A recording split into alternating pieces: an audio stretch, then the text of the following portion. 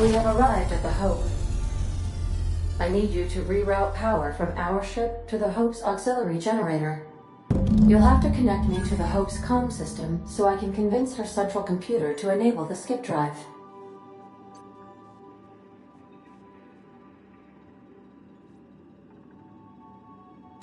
If your calculations are even slightly off, you could crash the entire colony ship into Terra 2. Or the Sun.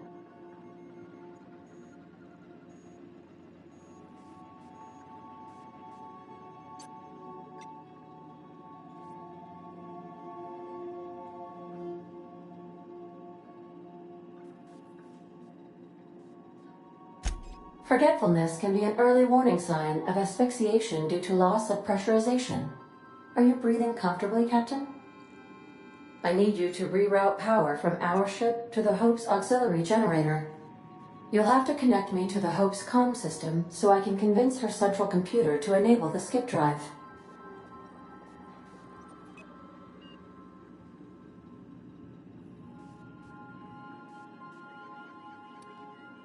The Hope is the Groundbreaker's prettier, sleeker sister. She wandered off and got lost for 70 years, but just recently was found. Also, there are hundreds of thousands of frozen organic life forms hibernating in her hold.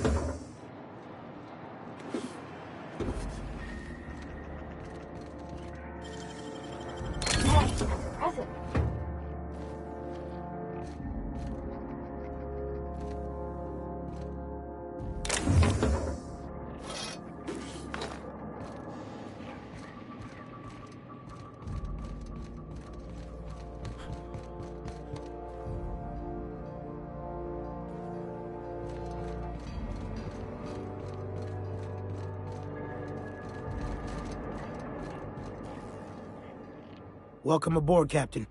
Ms. Akande messaged ahead. I wish this place were in better condition for you, but we're in a bit of a bind. Seems the damn auto mechanicals think we're intruders.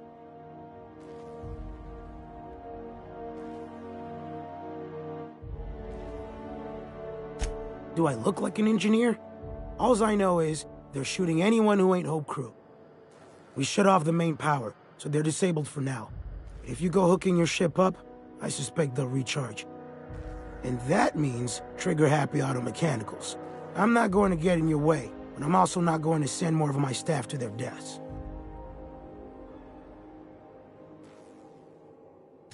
We tried that. Didn't work. Something about our faces not matching up. We stored what cards we could find in the badge station to my right, but it's locked off. Can't just hand over Hope property. Sorry.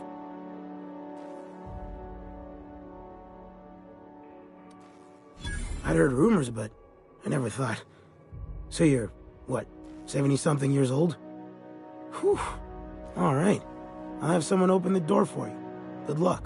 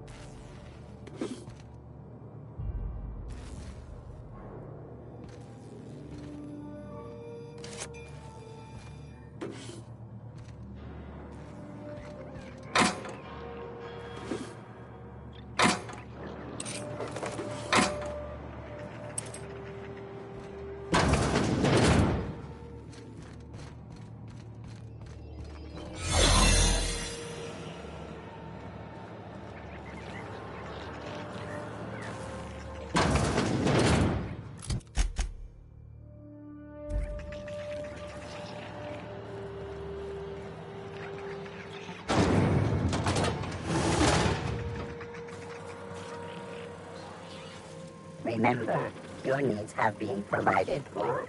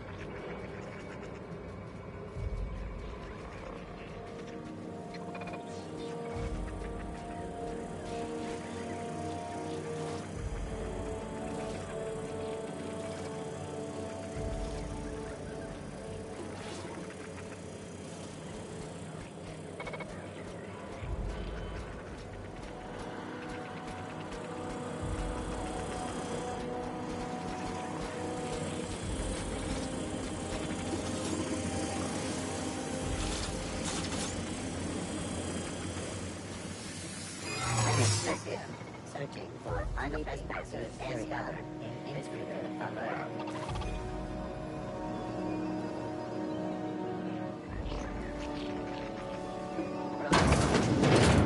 Incoming!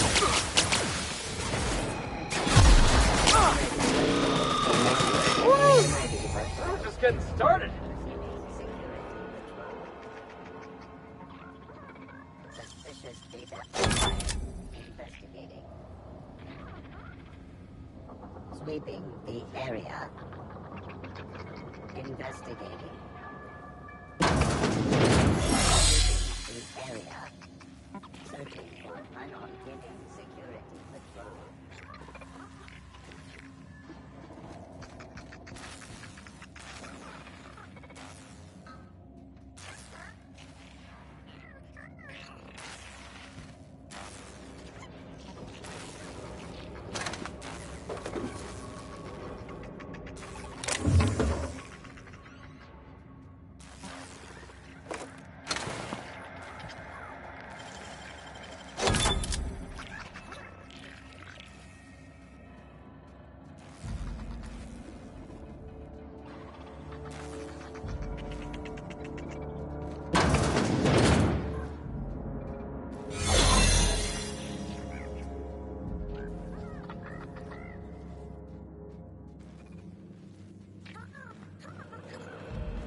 Should we assign Sam for a cleanup?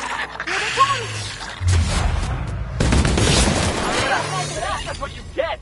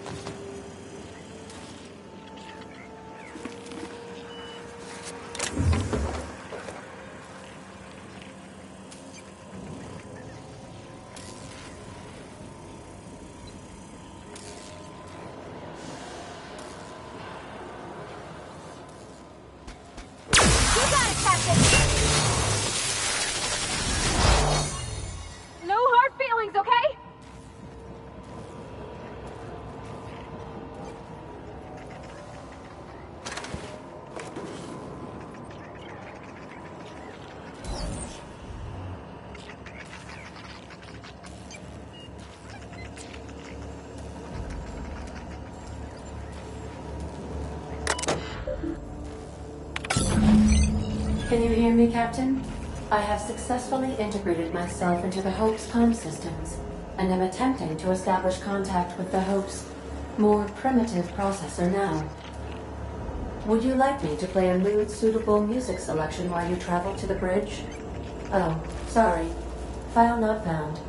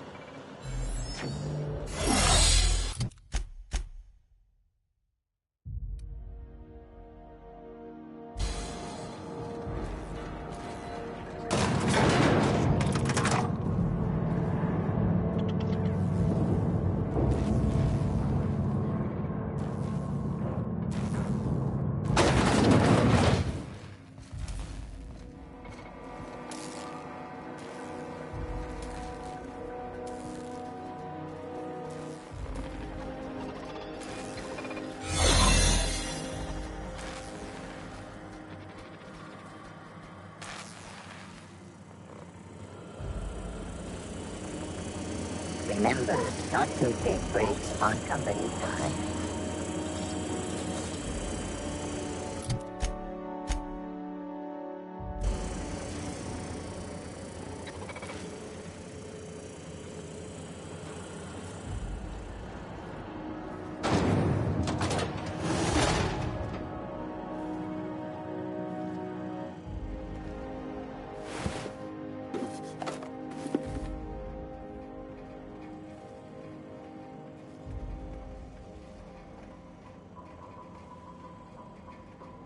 That's the Hope's computer up ahead.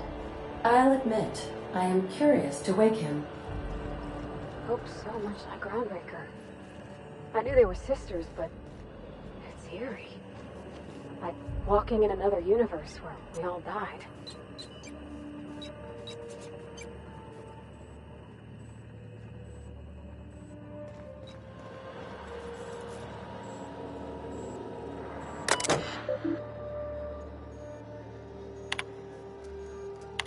Greetings, Captain. I am speaking to you through the Hope's computer system.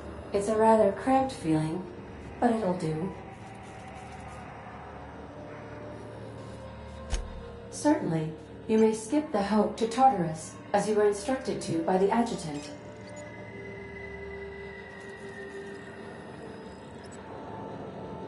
Doing so would bring the Hope within close proximity of Phineas Wells's orbital lab, allowing him to access the colonists frozen within.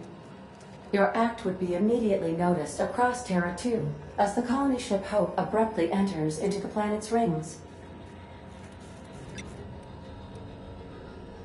Are you sure? That is extremely dangerous. Skipping the Hope will void the warranty on the skip drive. And also potentially kill an entire planet. How is my humor now, Captain? Improved?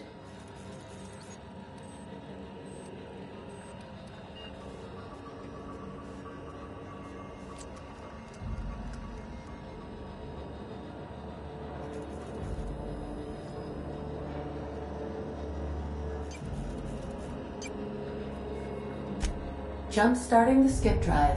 Destination set to the rings of Terra 2. I wouldn't advise that, Captain. Worst ways to go out, I suppose. It's nice knowing you, boss. Admitting a deficit? My, you never cease to amaze me, Captain. Skipping the Hope in 3, 2, 1. ADA. Does your captain seriously intend to do a micro-jump in system with engines that haven't been powered in 70 years on a derelict ship? That is what my captain intends, yes. But that is a gross misuse of the skip drive. The Zero Point Drives Corp and I will not be held responsible for any damage incurred during transport, and this will cause extreme damage. Yes, I am aware of that. You should not be doing this. The humans will die. Thank you, Hope. It looks like all systems are go. Captain, I would advise you to hold on to something. Now.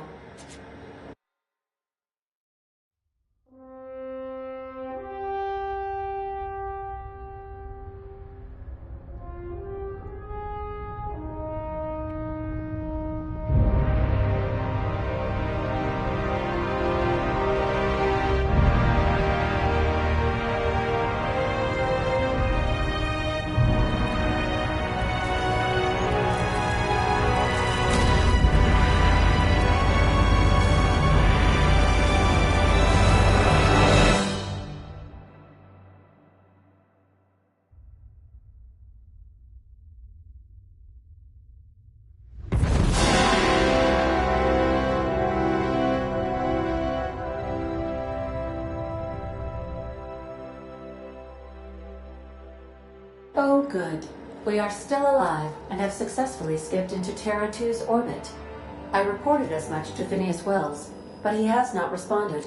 Perhaps you should check in on him. Hey, we made it. Let's do it again.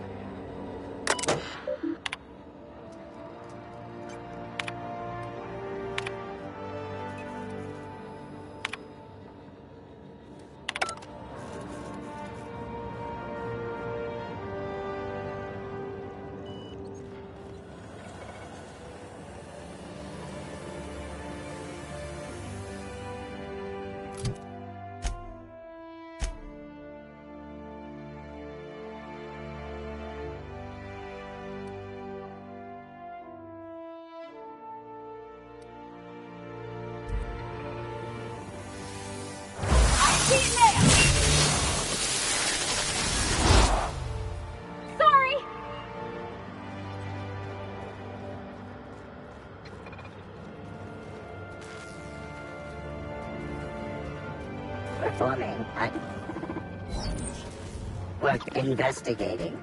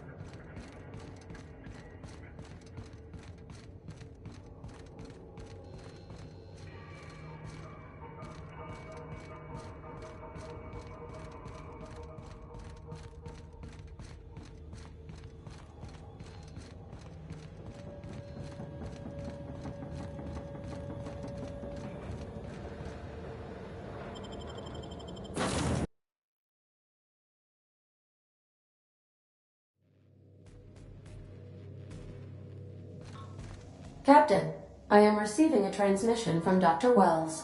The transmission is marked with priority status Urgent! Captain, I shall now play the transmission I received from Dr. Wells. The board is here. They've found me somehow. They're about to blast my door open. I can't stop them from getting me, and there isn't enough time to explain everything. But there's something very important you need to remember. The board, all their lackeys, they're all a bunch of swine. Do you hear me? They're fucking corporate swine. You fucking pigs! I'll take you all out with me! I'll never... It would seem the recording captured some rather dire events. I presume you'll want to dock at the orbital lab to check on your associate as soon as possible? How can I be of assistance?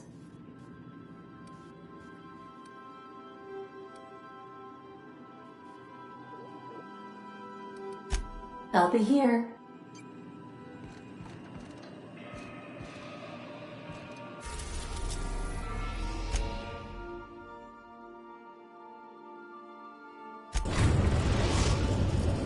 Now arriving at Phineas's top-secret orbital lab.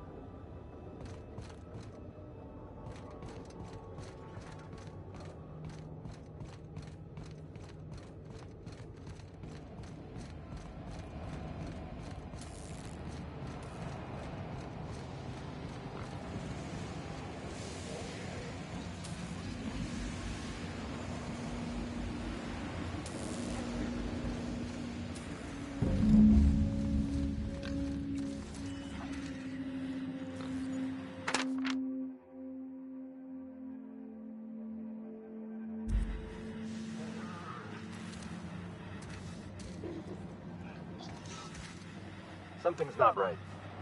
Looking for your friend.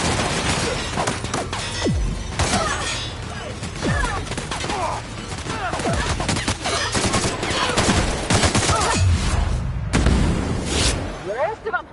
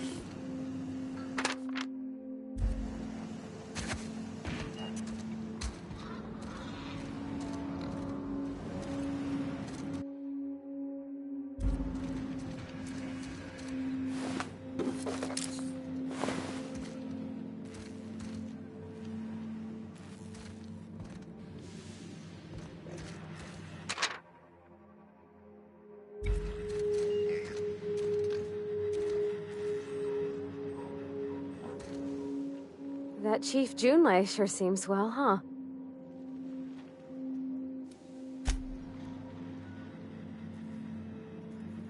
Yeah, boss?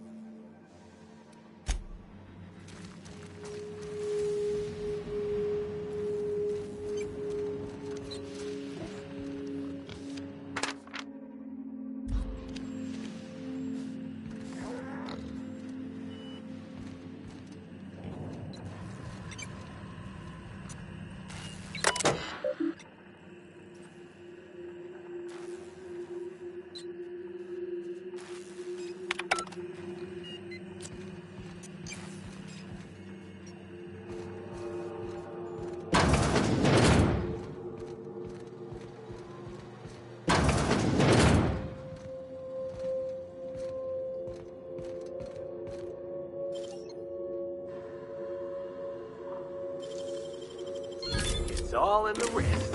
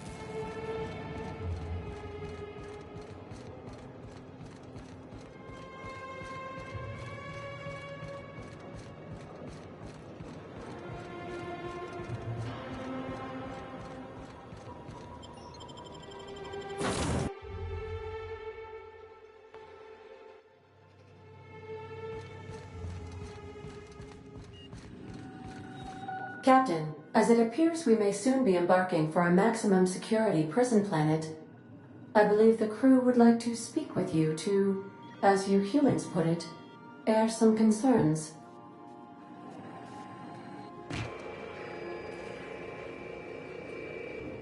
Well, folks, I ain't exactly keen on busting into a prison, but riddling bored stooges with bullets does sound like a ride and a half. I never got to know Doc Wells. We ain't friends or crew. But he's still one of us. He's the reason the boss is up and walking right now. We can't just leave him to die in Tartarus. To extract the scientist, you will need to infiltrate the labyrinth. But that course of action is likely to be quite dangerous, Captain.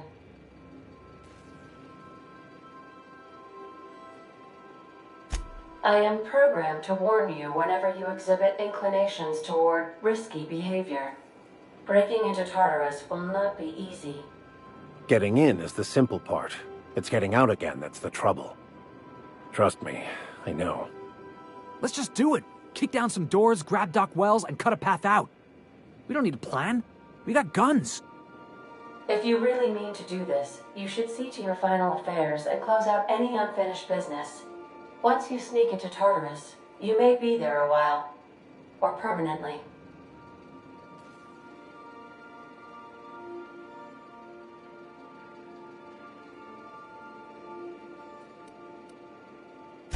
It's the craziest plan I've ever heard. And I mean that as a compliment. You didn't hire me to think. And I ain't about to start now. You're my boss. And I'll walk into fire with you. I think it's insane. But maybe the colony needs a healthy dose of insanity right about now. I know it's dangerous.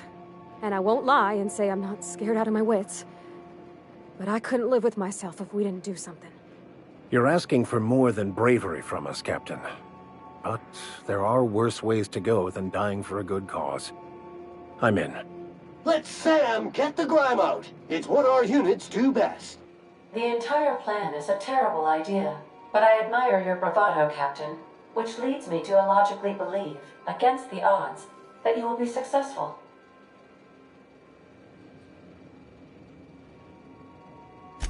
If we don't make it, at least it'll be a great story. Got my trusty tossball stick, got my ass-kicking boots. I'm ready, boss. Outstanding. You can count on us, Captain. We're crew. For real crew. That means we got each other's backs. Right? Never thought I'd volunteer to break into a prison. Seems like your tendency towards risky behavior is rubbing off on me, Captain. Command not recognized. Waiting on your command, Captain.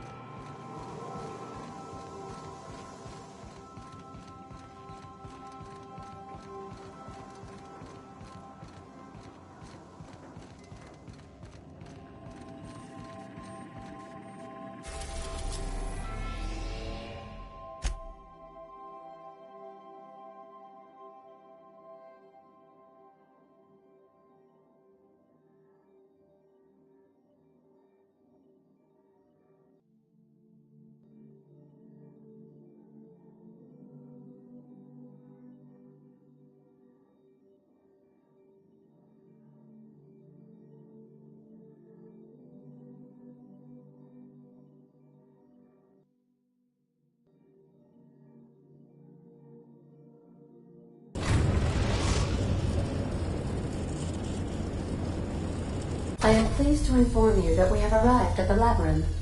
Please be advised that the punishment for trespassing is execution. Please be advised that electrical storms on the surface of Tartarus make departure impossible at this time.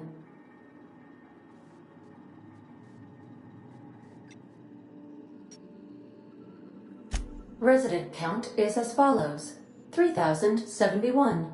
Resident deaths, including but not limited to executions, are as follows: 1,684. Resident escapes are as follows: 0. The interior can be chilly. Take a scarf with you, Captain. I would also ask that you leave your captain's ID with me, in the event that you do not return.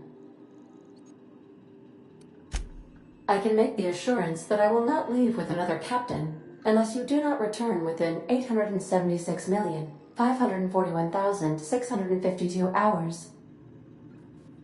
Oh, speak of the devil. Captain, I am receiving a transmission from the prison's docking authority now. Attention, unauthorized spacecraft. This is a maximum security installation. Your presence here is an explicit violation of UDL corporate policy. You are hereby confined to your docking platform until a ticket detailing your crimes has been filed and notarized, at which point your vessel will be seized and you will be executed.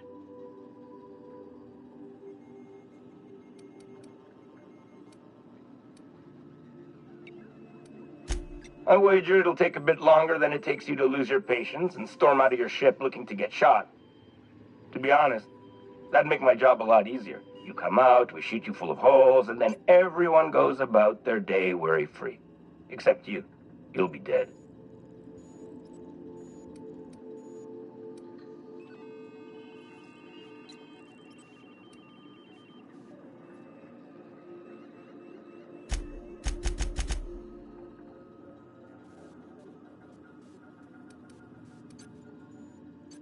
We're on lockdown. We have standing orders to shoot intruders on sight. Tartarus Docking Authority signing up. Hang on. Looks like you're gonna have company at the execution. Another ship just pulled into your dock. Wait, is that from the Groundbreaker? What the? Pay no mind to that. Just have a pleasant day. Transmission terminated. How can I be of assistance? What part of...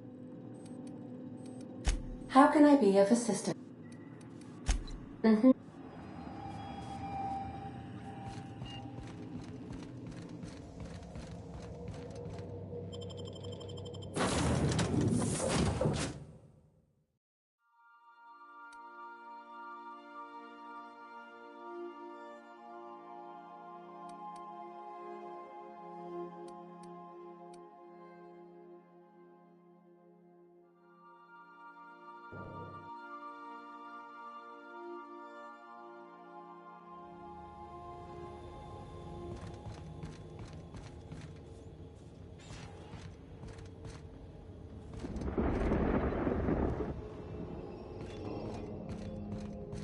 The captain did right by us once.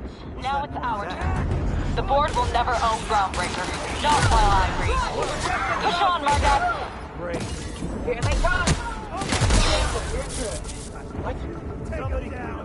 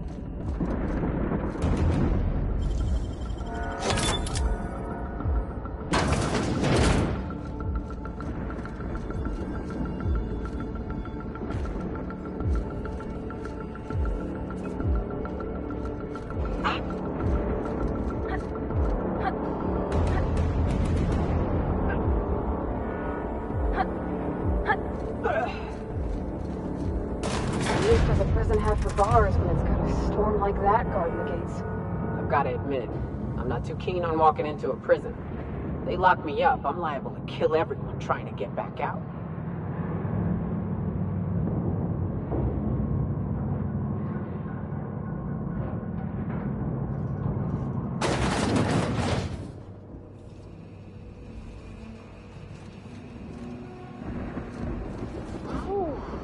We have a lot of shooting to do, Captain.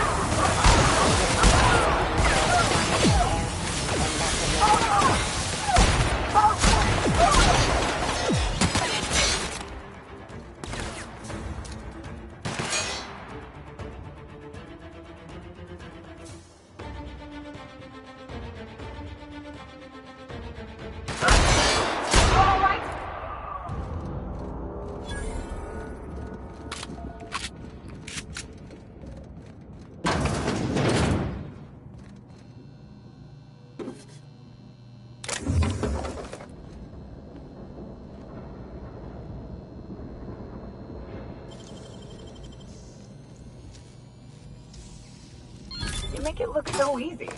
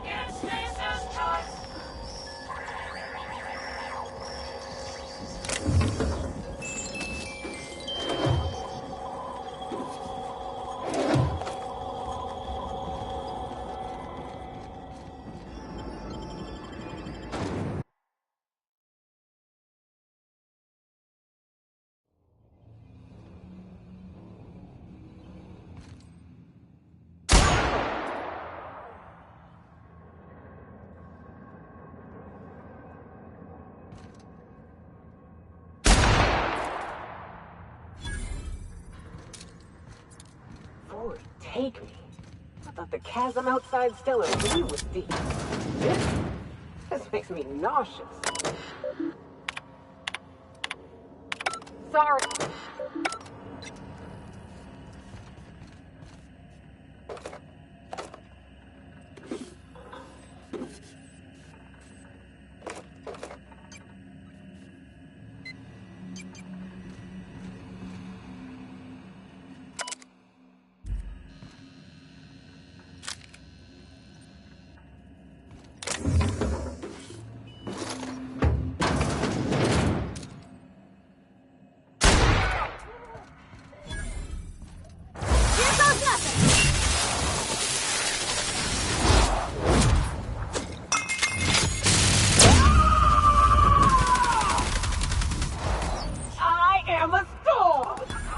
Don't mess with us.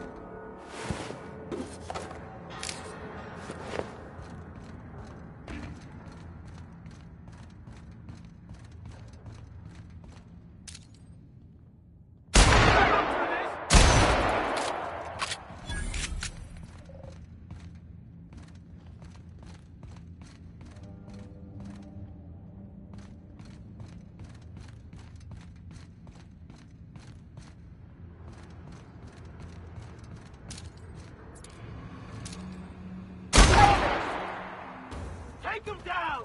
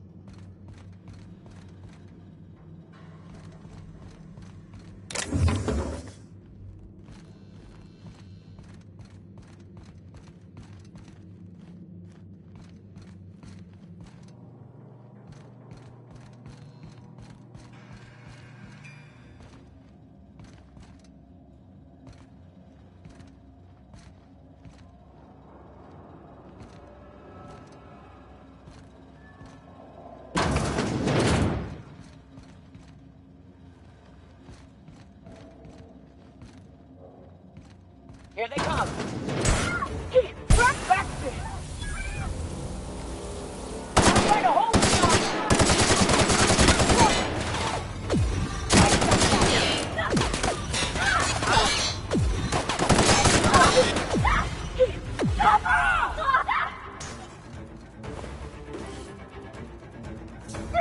Everyone all right?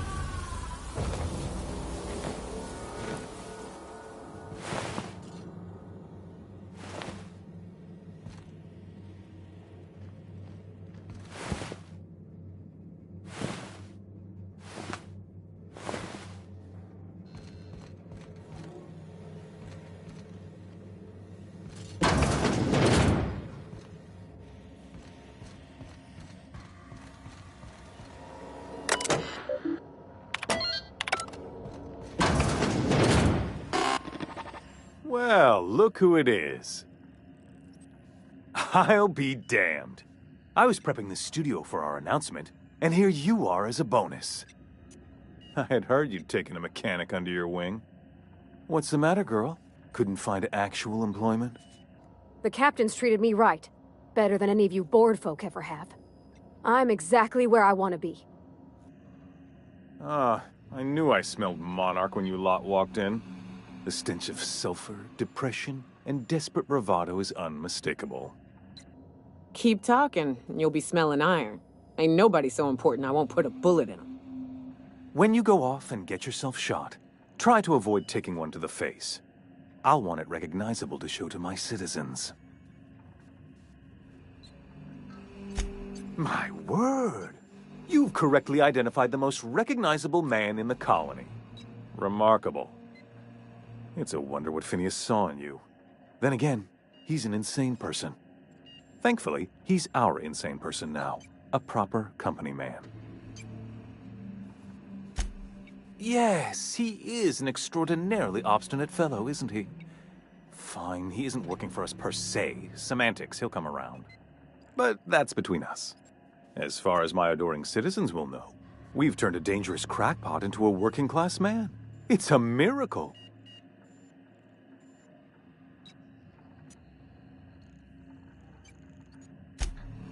Oh yes, go on, wake them up, add more mouths to feed. That'll solve our starvation problems. I don't know what half-baked plans that simpleton in a lab coat has been leading you through, but it's done. It's over. Let me ask you something, Captain. Have you at any point thought about not fucking up our entire society? We're helping, which is more than you can say. I'm making actual progress towards stabilization and recovery. You're just getting in the way.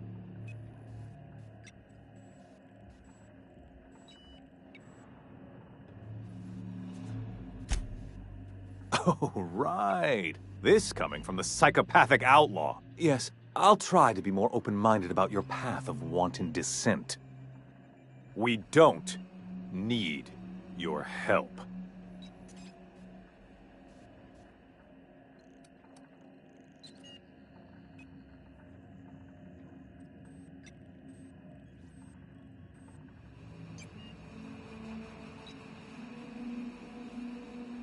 I'll admit, there's no shortage of talent in the scientists and engineers there.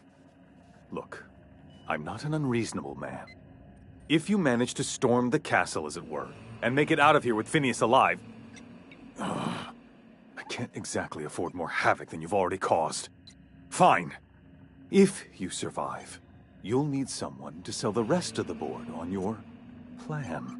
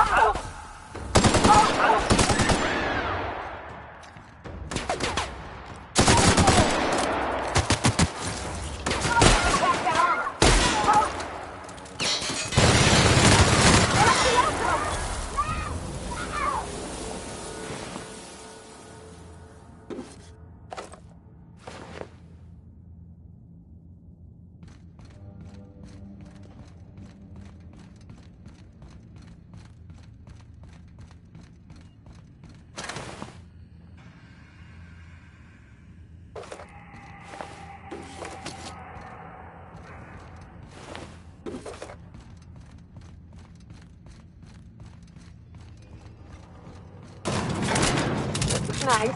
Calm before the storm and all that. Whatever comes of this, I'm just real glad to know you all.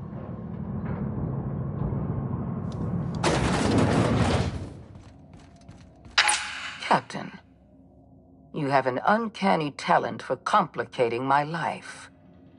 Words cannot express the extent of my disappointment. We had a plan. All you had to do was skip the Hope to Tartarus, as I asked. You've disrupted the balance of power. You've upset the natural order of things. You've introduced uncertainty, and there is nothing I despise more than uncertainty.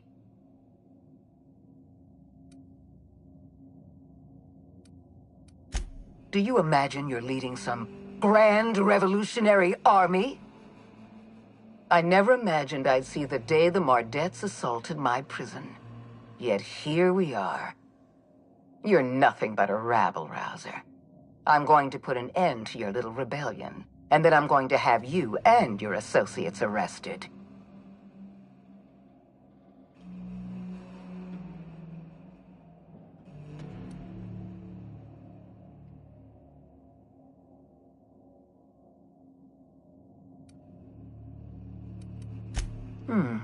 You make a nuanced and compelling argument. Here's my rebuttal. No. Dr. Wells is being held in my custody. His cooperation will prove invaluable, even if I have to beat it out of him. All that's left to do is put down this riot, arrest you, and then get on with the bloody business of saving this colony.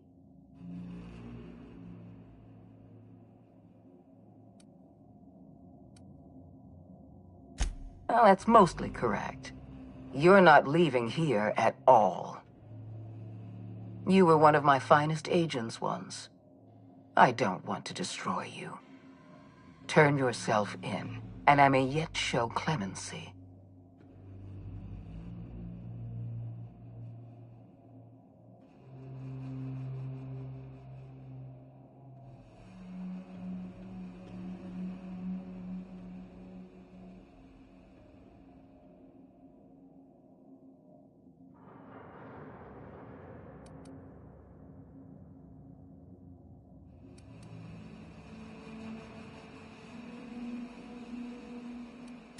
I had a feeling you'd say that. This prison is equipped with an automechanical warden. I've had it programmed to eliminate you on sight and rinse your remains down a drain. And don't worry. I will inform Dr. Wells that you died heroically, or something.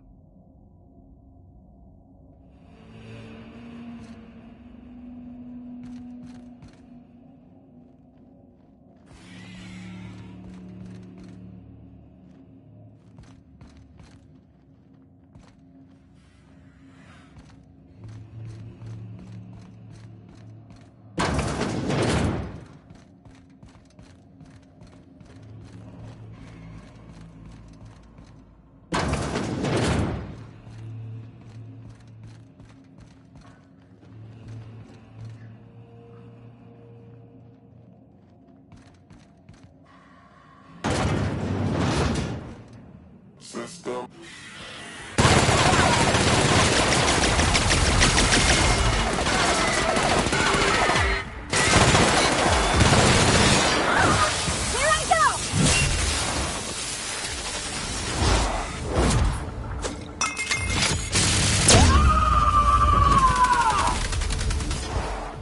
Covering you!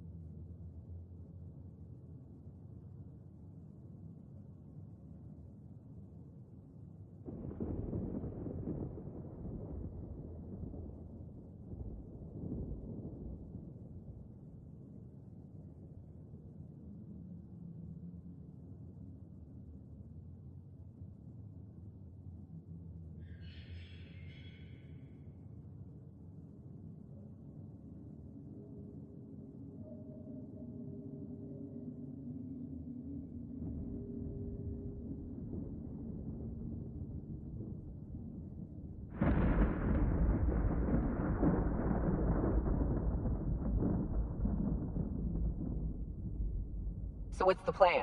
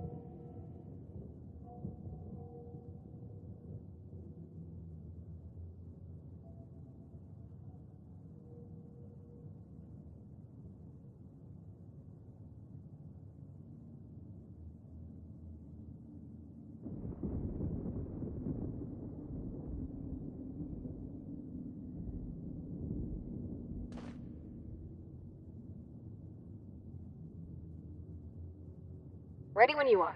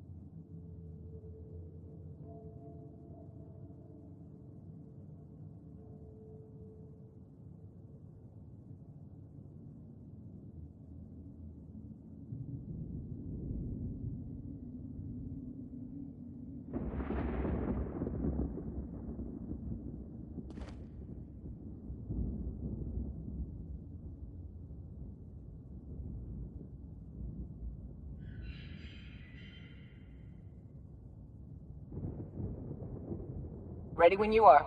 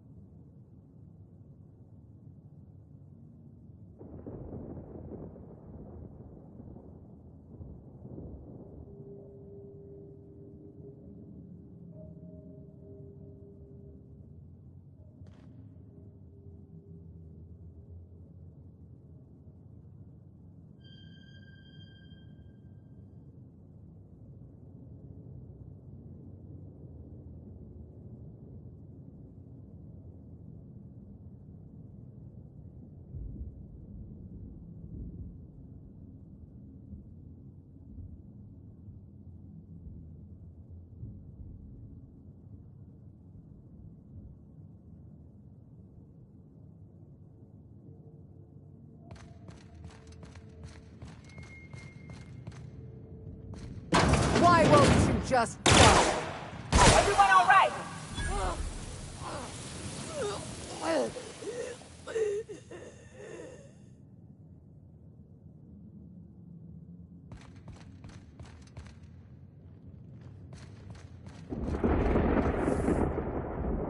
Get me out of here!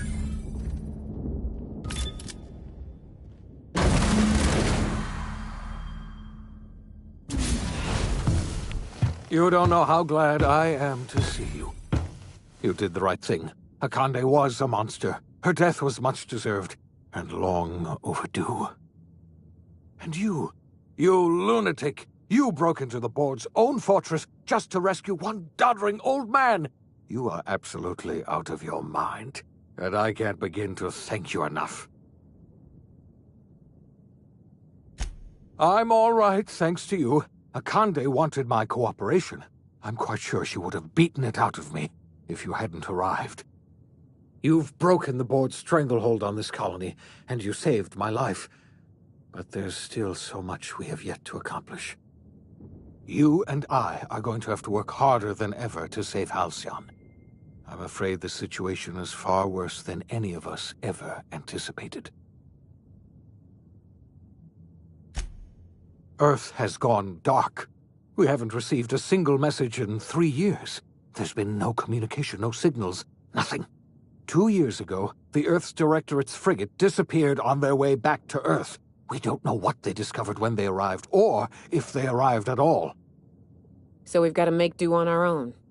Seems to me that'll make us stronger in the end anyhow. You're quite right. We've got no choice but to make do on our own. You mean we're all alone out here? Really alone? I'm afraid so, Miss Holcomb. Halcyon is the only home we have left. Returning to Earth is no longer an option. We're in serious trouble, my friend. Do you know what this means for Halcyon? We can't rely on Earth for support anymore. We've been cut loose. We're entirely on our own.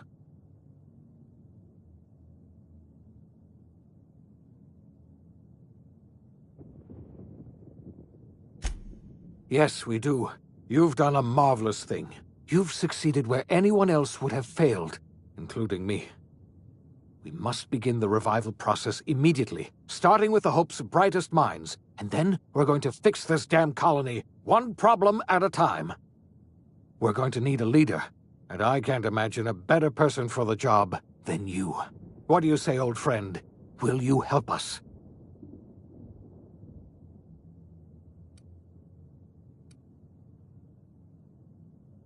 I can't tell you how glad I am to hear that. When I revived you, I thought we were going to save this colony all by ourselves. But I was wrong. We can't save Halcyon on our own. We're all going to have to pull together, somehow. We are not a colony anymore, Our last connection to Earth has been severed. I don't know if we'll survive, but we're going to have to try our best.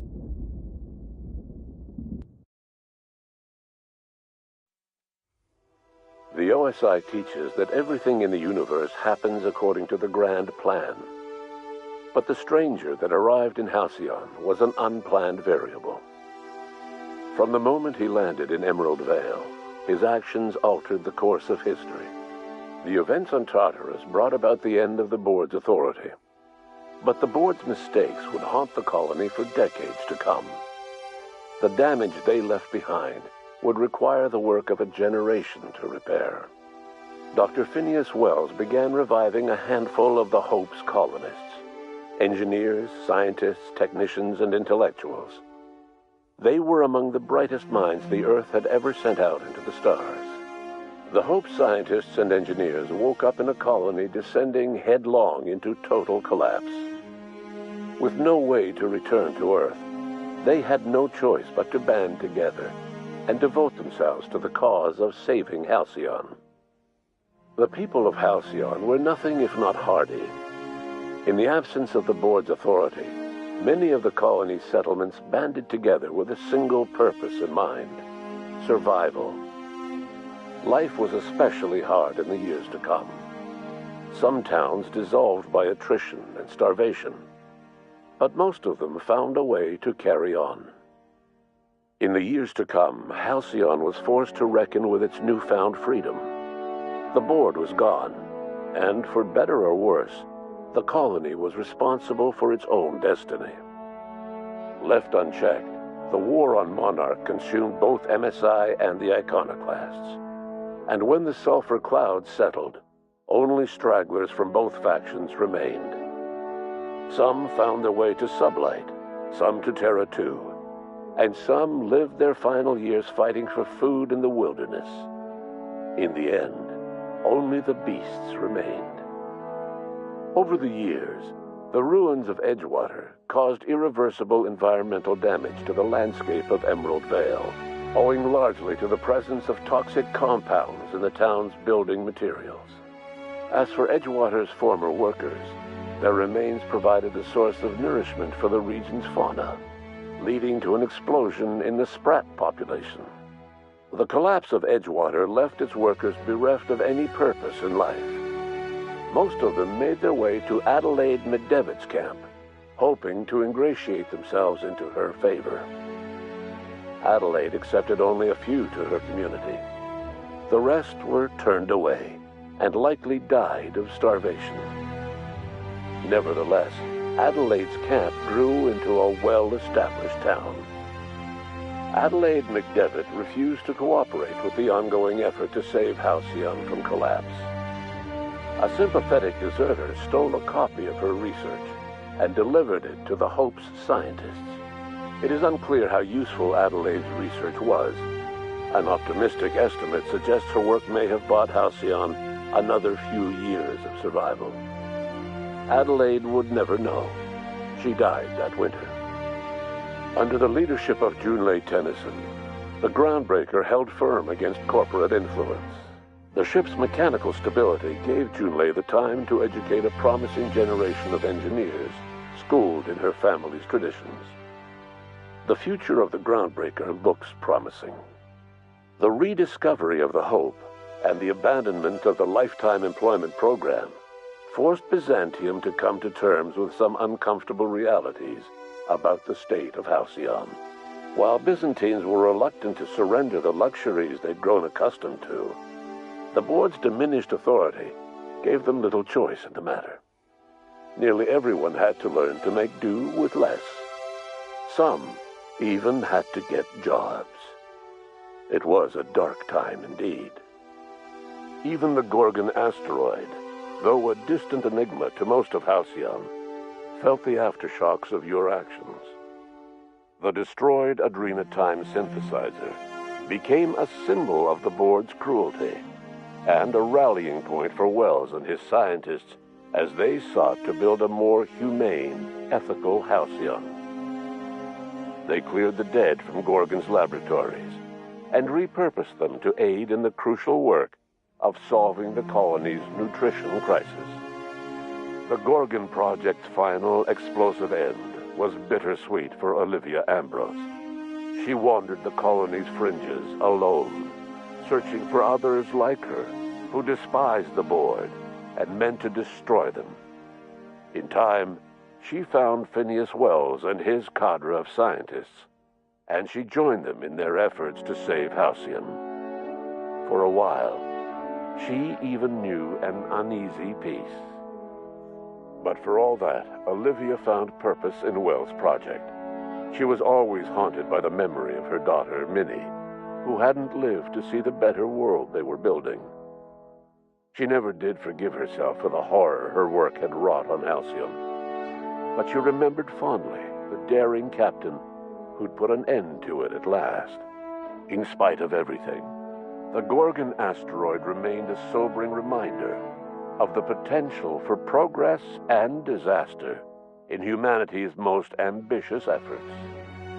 The Rizzo's company in Halcyon dissolved after the collapse of the board.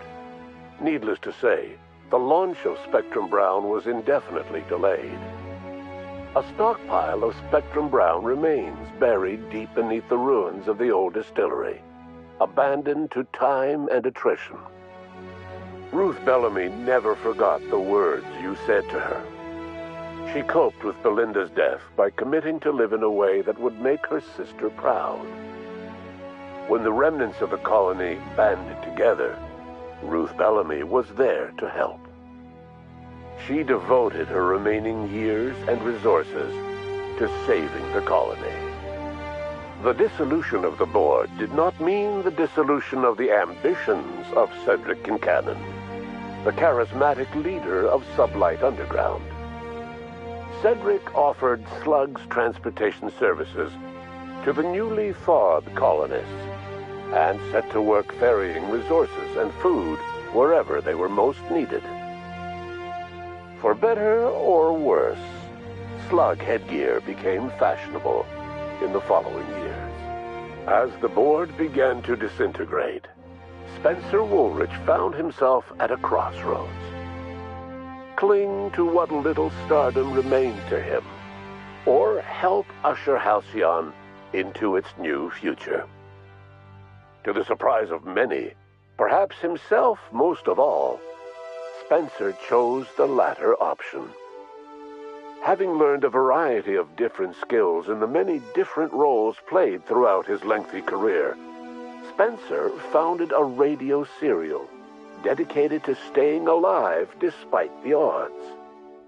His subjects included how to survive violent encounters with only grazing wounds, dispense pithy one-liners for tense scenarios, and, of course, how to look good doing both.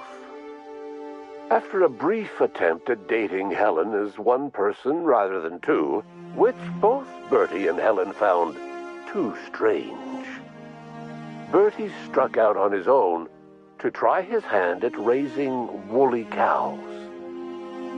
Many of his former Rangers teammates soon followed, accompanied by the woolly cow the team had originally plied with alcohol. The dairy farm thrived under Bertie's leadership and care. The Dairy Rangers privately believed that the woolly cows softened Bertie's temper considerably, although the only one brave enough to say this to his face was promptly headbutted. Due to the board's dissolution, many of the Prophet's old customers no longer found quite the same value in productivity seminars that they once had.